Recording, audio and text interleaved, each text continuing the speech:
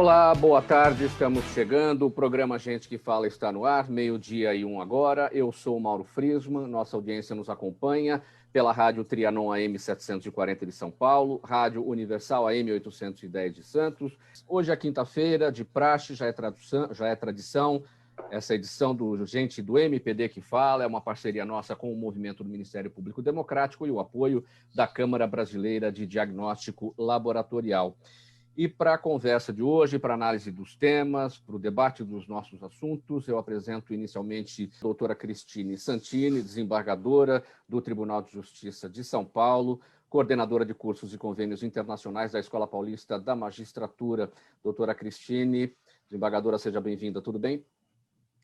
Bom dia, eu agradeço, antes de mais nada, o convite, agradeço o contato do Dr. Roberto Liviano, que me foi indicado através do Dr. Carlos Eduardo Gouveia, do FGV Saúde. É um prazer estar numa bancada com o senador, com a doutora Bianca, e espero que nós possamos ter uma conversa que leve à conciliação de interesses, que eu acho que isso é o mais importante para o Brasil hoje. 12:05 agora, em seu primeiro discurso como presidente dos Estados Unidos, Joe Biden pediu união, afirmou que a democracia prevaleceu em sua vitória contra Donald Trump nas eleições e prometeu ser o presidente de todos os americanos, independentemente de terem votado nele ou não. Biden reconheceu que o país atravessa um momento conturbado politicamente, mencionando a pandemia do novo coronavírus e seus prejuízos econômicos. E o presidente também citou problemas políticos, como o supremacismo branco e o terrorismo doméstico, desafios que prometeu vencer. Desembargadora Cristine Santini, também para repercutir a figura de Kamala Harris, a primeira mulher negra de descendência asiática, a ocupar o cargo agora de vice-presidente dos Estados Unidos. Eu acho tremendamente importante haver maior diversidade. A diversidade, na verdade, ela traz uma riqueza de conhecimento, que cada um tem um tipo de experiência. Quanto maior diversidade houver, maior conhecimento compartilhado pode haver. Então, a diversidade deve ser realmente mantida, preservada, e devemos fazer com que ela cada vez mais seja desenvolvida nas nossas sociedades. Só gostaria de fazer uma única observação quanto à divisão dos americanos, porque fica muito claro, emblematicamente, a nação americana saiu dividida dessa eleição. E não são só eles, o mundo inteiro está dividido, o Brasil está dividido, existe uma radicalização de posições. Como eu trabalho no judiciário, eu tenho um enorme interesse em mediação. Eu acho que mediação, na verdade, é um instituto que nós vamos ter que desenvolver e muito no nosso país, ainda é muito incipiente. E em técnicas de mediação, eu tenho acompanhado, por exemplo, o professor Chad Ford, que é um dos maiores mediadores americanos. Ele dá várias palestras e tudo mais, e ele coloca uma figura. Ele diz que quando as pessoas estão com interesses antagônicos, existem dois pontos e cada um entra em uma espiral dos seus próprios motivos de estar naquela discussão. E para que uma mediação seja bem sucedida, exatamente é preciso ver que esta parte veja a posição do outro e que essa parte veja a posição do seu antagonista. E enquanto não houver uma disposição para conversar e para entender a posição do outro, essa espiral aumenta. Todas as vezes que é possível fazer com que as pessoas enxerguem que a posição do outro pode ser não 100% errada, ela pode não ser exatamente a que eu gosto, mas ele com certeza terá pontos positivos, seja de direita, de esquerda, numa relação familiar. Então é importante que as pessoas comecem a tentar enxergar o outro. E isso, infelizmente, eu não tenho visto no nosso país. Eu tenho visto uma radicalização que eu acho que é muito prejudicial para todos.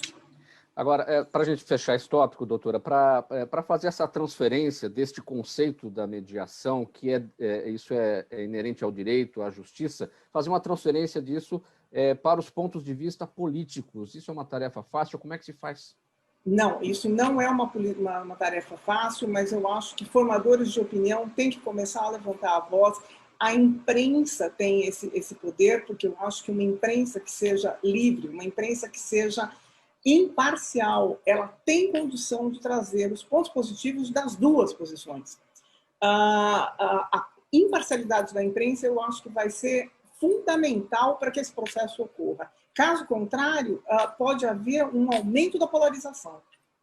O ministro da Saúde, Eduardo Pazuello, iniciou oficialmente, todos sabem, a campanha de vacinação contra a Covid-19 no Brasil agora na segunda-feira. A fase 1 da campanha é voltada para os trabalhadores da saúde, idosos e deficientes que vivem em instituições e também a população indígena. Só que não há informações sobre como essas pessoas terão acesso aos imunizantes e o ministro Pazuello afirmou que as vacinas irão até esses grupos. Também não se sabe até quando essa fase vai durar, nem quais indivíduos desses grupos receberão primeiro, uma vez que não há vacinas para todos. Desembargadora Cristine, dá para construir esse caminho de entendimento? Nós temos tudo, nós temos Butantan, nós temos Fiocruz, nós temos a possibilidade, a capacidade, mas não temos os entendimentos necessários. Eu, na verdade, essa acho que é a matéria que mais me interessa hoje, no momento. Faz 30 anos que eu estudo bioética, que eu estudo a interface de direito e medicina, e hoje a vacinação é absolutamente necessária. Ela é realmente um dos caminhos a serem seguidos. Como disse o senador, eventualmente não seja o único. Eu li anteontem no Financial Times que uma universidade em Liverpool continua estudando a ivermectina. Ainda não se tem exatamente ciência de qual o benefício ou não, mas ainda há estudo desses outros tipos de medicamento para prevenir o agravamento do caso. Mas a vacinação realmente criaria o que a gente chama de imunidade de rebanho. E aí eu colocaria mais perguntas do que soluções. Eu acho que há um dilema ético muito grande na discussão das vacinas. Em primeiro lugar, a lista de prioridades. A lista de prioridades que foi estabelecida e que parece ser consenso geral, ela deixa jovens no último lugar da vacinação. E aí tenho ouvido de médicos a pergunta, mas não são esses jovens que estão saindo para trabalhar, que estão tendo contato com outras pessoas, que podem trazer o vírus para dentro de uma casa?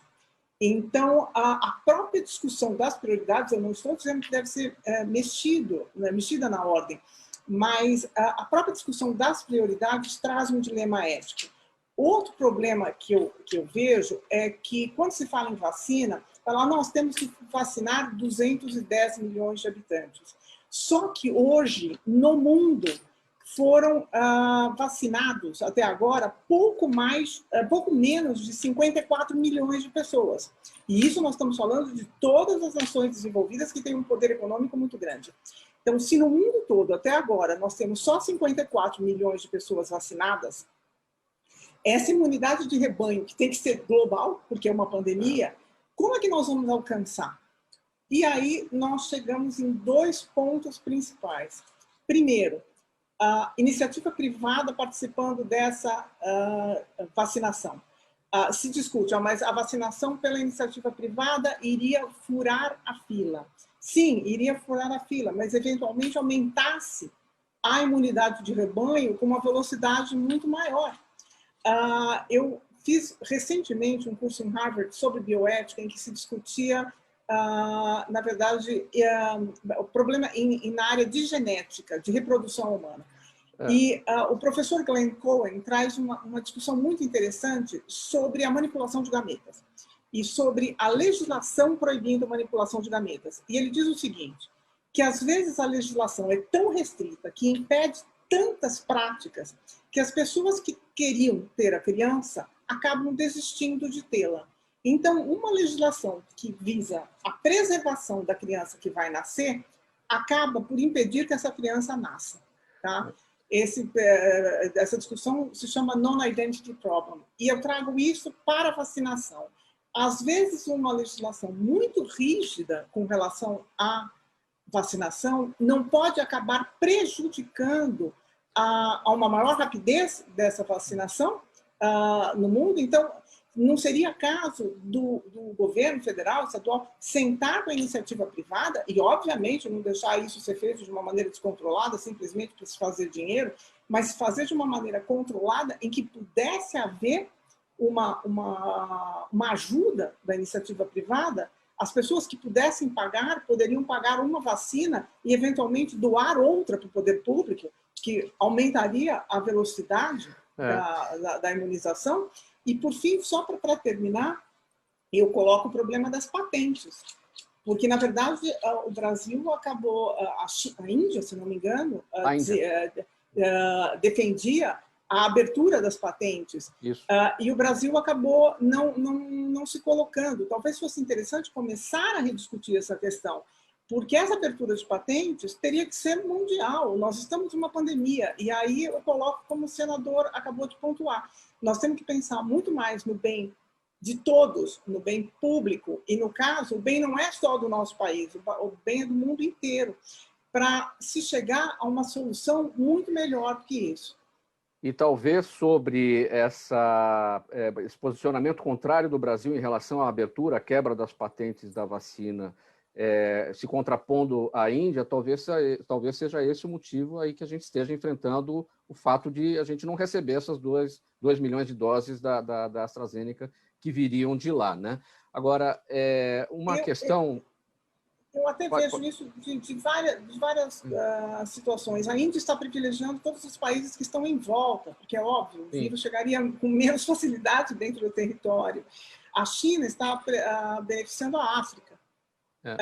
Então, existem várias discussões políticas. O que precisava era haver um organismo internacional que liderasse isso. E para finalizar esse tópico, doutora, bem brevemente, a senhora falou dessa possibilidade de furar fila com vacinas de clínicas particulares. Não seria o caso das clínicas particulares adquirirem essas vacinas, mas em vez de concorrer com o governo e abrindo possibilidade até para quem tem dinheiro poder se vacinar, fazer um trabalho paralelo? Funcionaria assim. Um exemplo, o governo compra das clínicas e aplica pelo SUS, em vez das clínicas aplicarem de forma paralela naqueles grupos que não são prioritários e para aquelas pessoas que têm dinheiro. Eu não tenho a pretensão de oferecer uma solução, mas estamos no debate aqui, na verdade, o que eu acho muito interessante é nós pararmos de radicalizar. Não, a vacinação tem que ser só pelo SUS. O SUS tem condição de vacinar todas as pessoas num espaço curto de tempo. Eu não estou dizendo que não vai haver num espaço grande, mas num espaço curto, não tem. Então, nós temos que ver todas as possibilidades e aí discutir qual que seria a mais razoável. Mas eu até digo, as pessoas têm que ser levadas a pensar em solidariedade de outra maneira. Por exemplo, há empresas que querem vacinar todos os seus funcionários, do diretor-presidente ao chão de fábrica. Tá? Então, estaria havendo um benefício só das classes mais ricas? Não, no chão de fábrica, a pessoa que serve um cafezinho estaria sendo vacinada dentro dessa empresa, aumentando a imunidade de rebanho. E há empresas, inclusive, que se dispuseram a comprar o lote delas mais o dobro para que fosse aplicado dentro da fila de prioridades do SUS. Então, eu acho que há necessidade de se discutir a junção da iniciativa privada com o poder público na saúde. Caso contrário, não é só em vacina. Em nada nós vamos chegar em bom termo. Israel, por exemplo, só está funcionando porque existe, na base, essa junção da iniciativa privada com o poder público. Diego Oliveira, no nosso canal no YouTube. Doutora Cristine, bem rapidamente, ele pergunta: existe algum mecanismo que possa reduzir a judicialização no setor da saúde, especialmente em um momento como o atual? Bem rapidinho, por favor, doutora. Eu acho que, na verdade, o caminho é mediação. E a mediação, eu diria que deveria ser pré-processual. No Brasil não existe a disseminação dessa prática.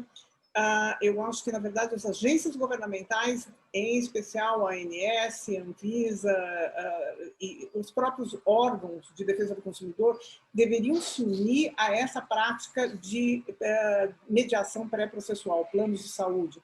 Caso contrário, só para se ter uma ideia, eu acho que a maior parte das pessoas não tem. No Brasil, nós temos um processo para cada 2,7 habitantes. Isso, em lugar nenhum do mundo, funcionaria. E nós temos que diminuir, nós temos que mudar o sistema de justiça. Muito obrigado pela presença de todos, em nome da equipe do programa Gente que Fala. Obrigado pela audiência. Até amanhã. Tchau, tchau.